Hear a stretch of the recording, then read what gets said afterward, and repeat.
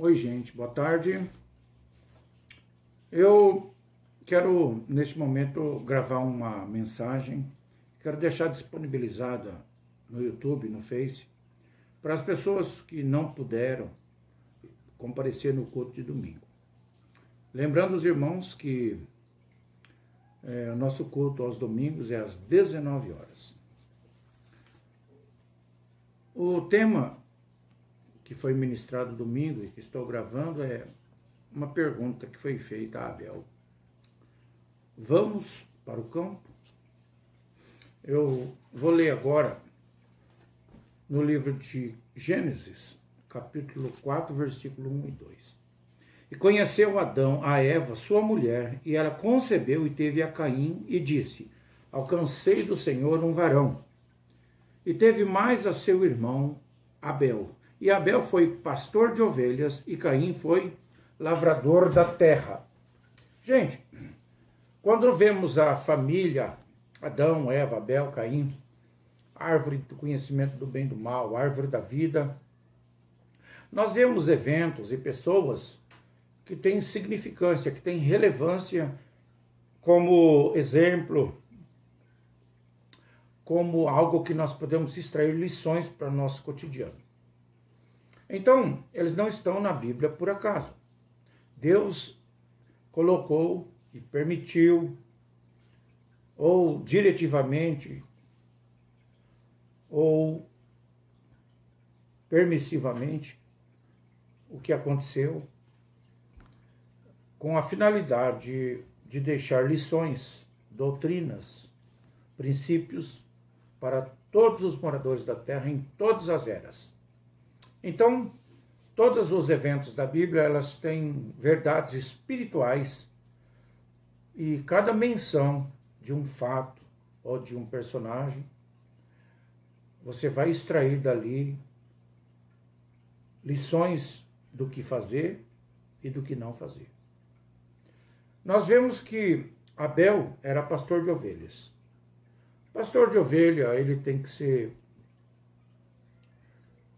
mais tranquilo no trato com as ovelhas, ele não pode ser rude. Então a personalidade dele, certamente era uma personalidade mais pacata, diferente de Caim. Caim era servo da terra.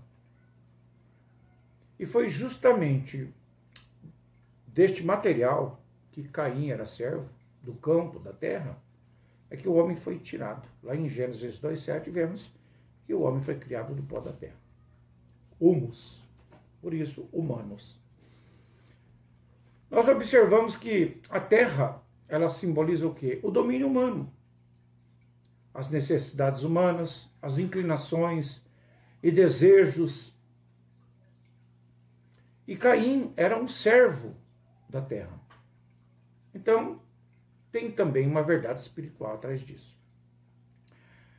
Caim servia aos seus próprios desejos e ele é escravizado por eles. O seu domínio era o campo, porque nele ele exercia o seu ofício de trabalhar sobre a terra. Quando nós observamos que Abel leva um sacrifício a Deus, um sacrifício animal, e Caim pega os frutos da terra, Deus se agrada do sacrifício de Abel e Deus rejeita o sacrifício de Caim. Só que Deus dá uma chance. Deus disse para ele: Caim, está escrito aqui, ó, Gênesis 4, 6. O Senhor disse a Caim: por que tiraste? Por que descaiu o teu semblante? Se bem fizeres, não haverá aceitação para ti? Ou seja, Deus estava dando uma chance para ele, dizendo: Caim, se você fizer bem feito, se você fizer como deve, você não vai ser aceito. Por que esta ira? Por que você está assim? Então Deus estava sugerindo a ele refazer o sacrifício. Então, ele ficou irado porque foi rejeitado aquilo que ele ofereceu. Quantas vezes na nossa vida nós oferecemos algo, fazemos algo e é rejeitado. Por imperfeição, por estar fora de norma, por estar fora de padrão, por estar fora daquilo que é aceitável. Inclusive diante de Deus, quando nós pecamos, nós falhamos. Você vai se irar contra Deus porque você falhou? Porque Deus não aceitou o seu modo particular de fazer as coisas, mesmo que ferindo princípios? Não. Se alguém merece alguma culpa, somos nós. E somos imperfeitos, não Deus. Deus é perfeito em tudo. Então, o que nós deveríamos fazer? Repensar aquilo e fazer bem feito. Quando você descumpre uma lei, você recebe uma multa, você vai brigar com a autoridade? Se você descumpriu a lei, não tem como brigar com a autoridade. Você vai receber uma punição. Uma multa, alguma coisa, uma advertência. Então, nós vemos outras pessoas também que foram servos da terra. Por exemplo, Esaú. Esaú era um homem do campo. E Esaú fez o quê? Vendeu a sua primogenitura para seu irmão por causa de um prato de lentilha. Ou seja, Esaú atendeu uma necessidade imediata, sacrificando o futuro. E quando nós, impensadamente, queremos fazer algo para atender nossas necessidades imediatistas e tirar alguma vantagem de alguma forma, é normal que lá na frente o futuro nos cobre o preço daquilo que impensadamente nós fizemos hoje. Então, quando nós vemos que Caim era um lavrador da terra, era um servo do campo, servo da terra. Esaú também era um homem do campo.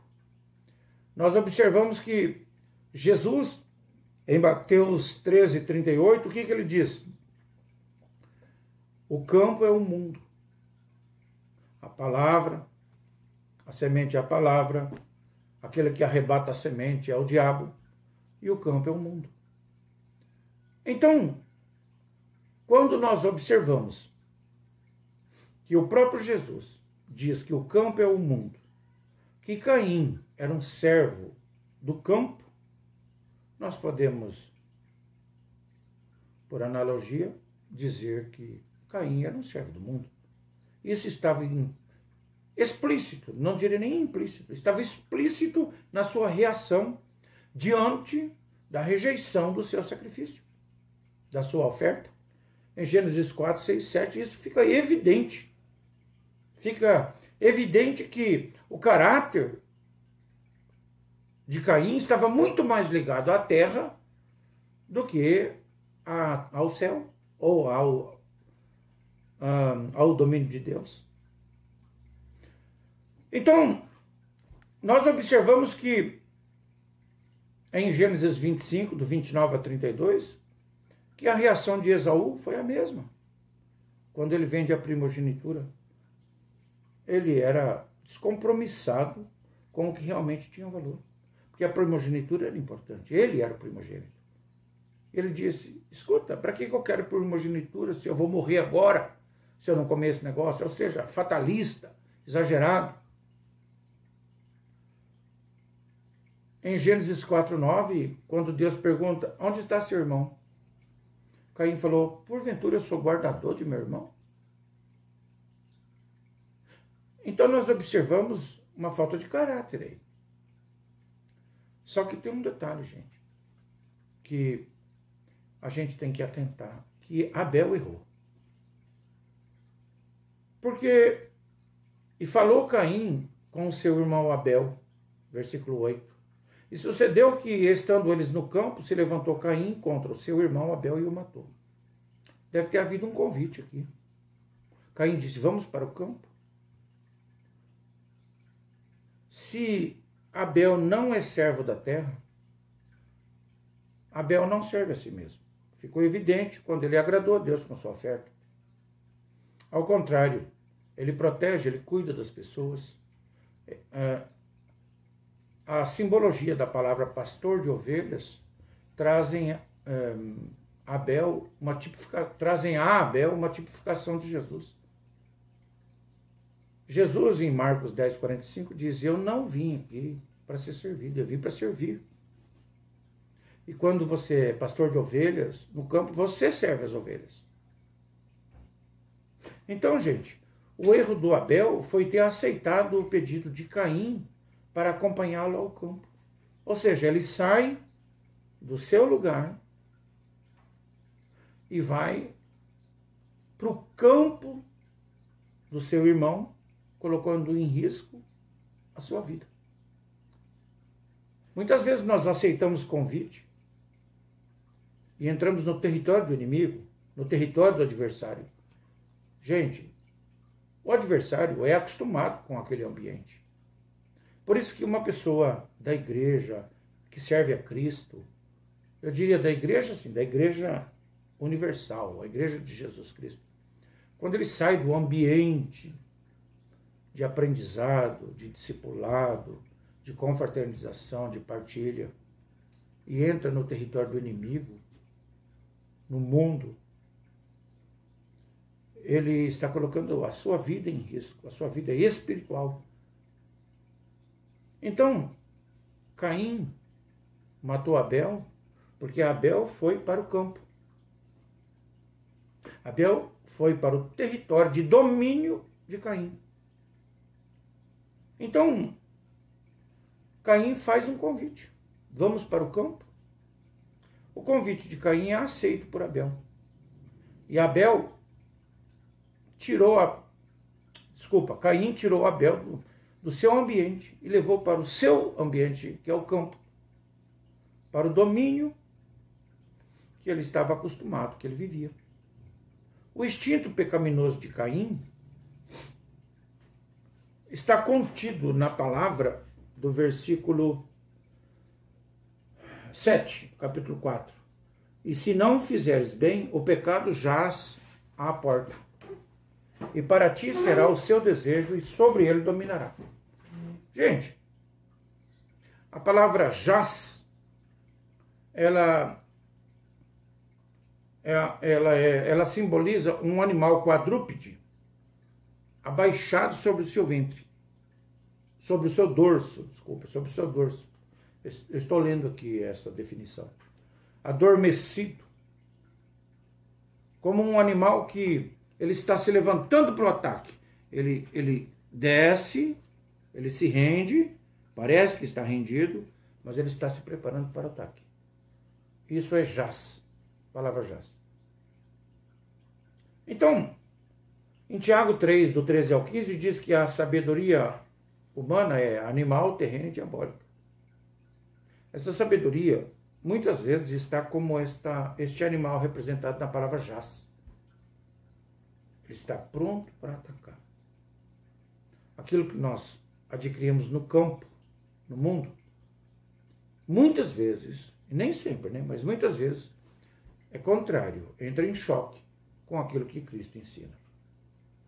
E aí, então, se nós deixarmos que este animal se levante dentro de nós saímos do território da adoração e partimos para o território do imediatismo no atendimento dos nossos desejos e podemos sair da presença de Deus. Então, o instinto animal de Caim acordou. Deus já tinha falado, teu instinto está aí. Está escrito. O pecado jaz à porta. Ou seja, o instinto está aí, latente, pronto para se levantar e atacar. E ele deixou. Ele não atentou para isso.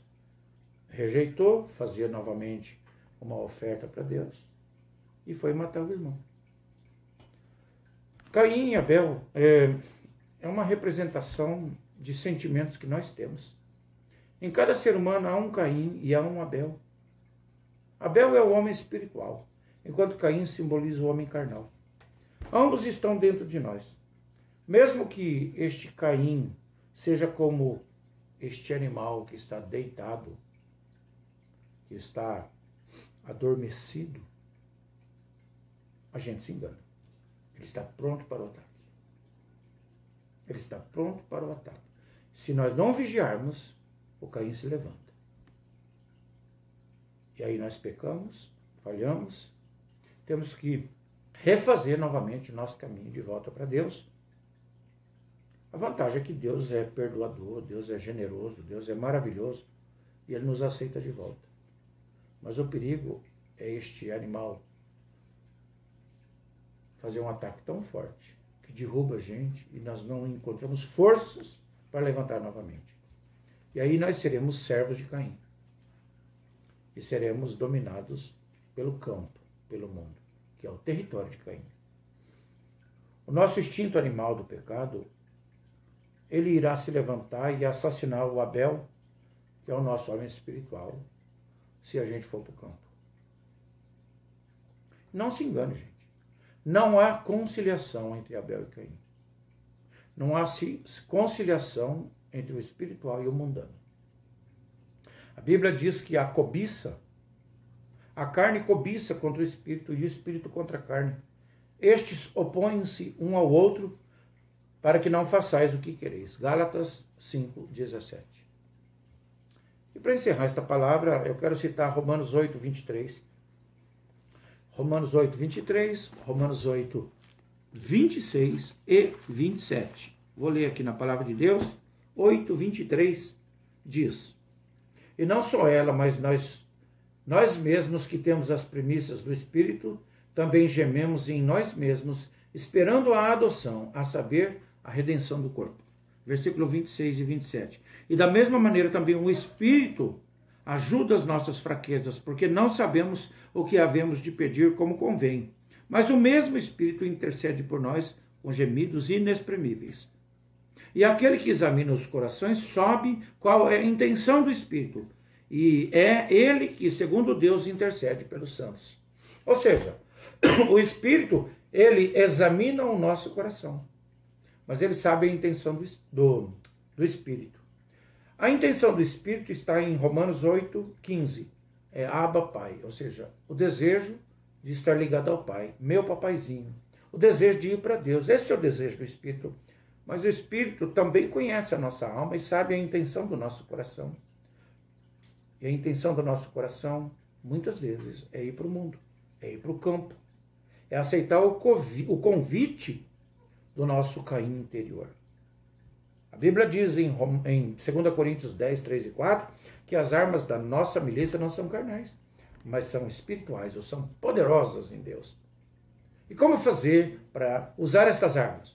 Precisamos orar, buscar a Deus, fortalecer o nosso lado adorador, nosso Caim interior, e não deixar que aquele instinto animal que jaz à porta se levante dentro de nós e consiga nos carregar para o campo, como Caim fez com Abel. O desejo de Satanás é matar, roubar e destruir. Mas Jesus disse: eu vim para que tenham vida e a tenham com abundância. Que você tenha uma semana maravilhosa e que o teu Abel seja tão fortalecido que quando o Caim falar, vamos para o campo, você vai, vou ficar aqui mesmo, que aqui eu estou seguro nos braços do meu Senhor. Deus te abençoe.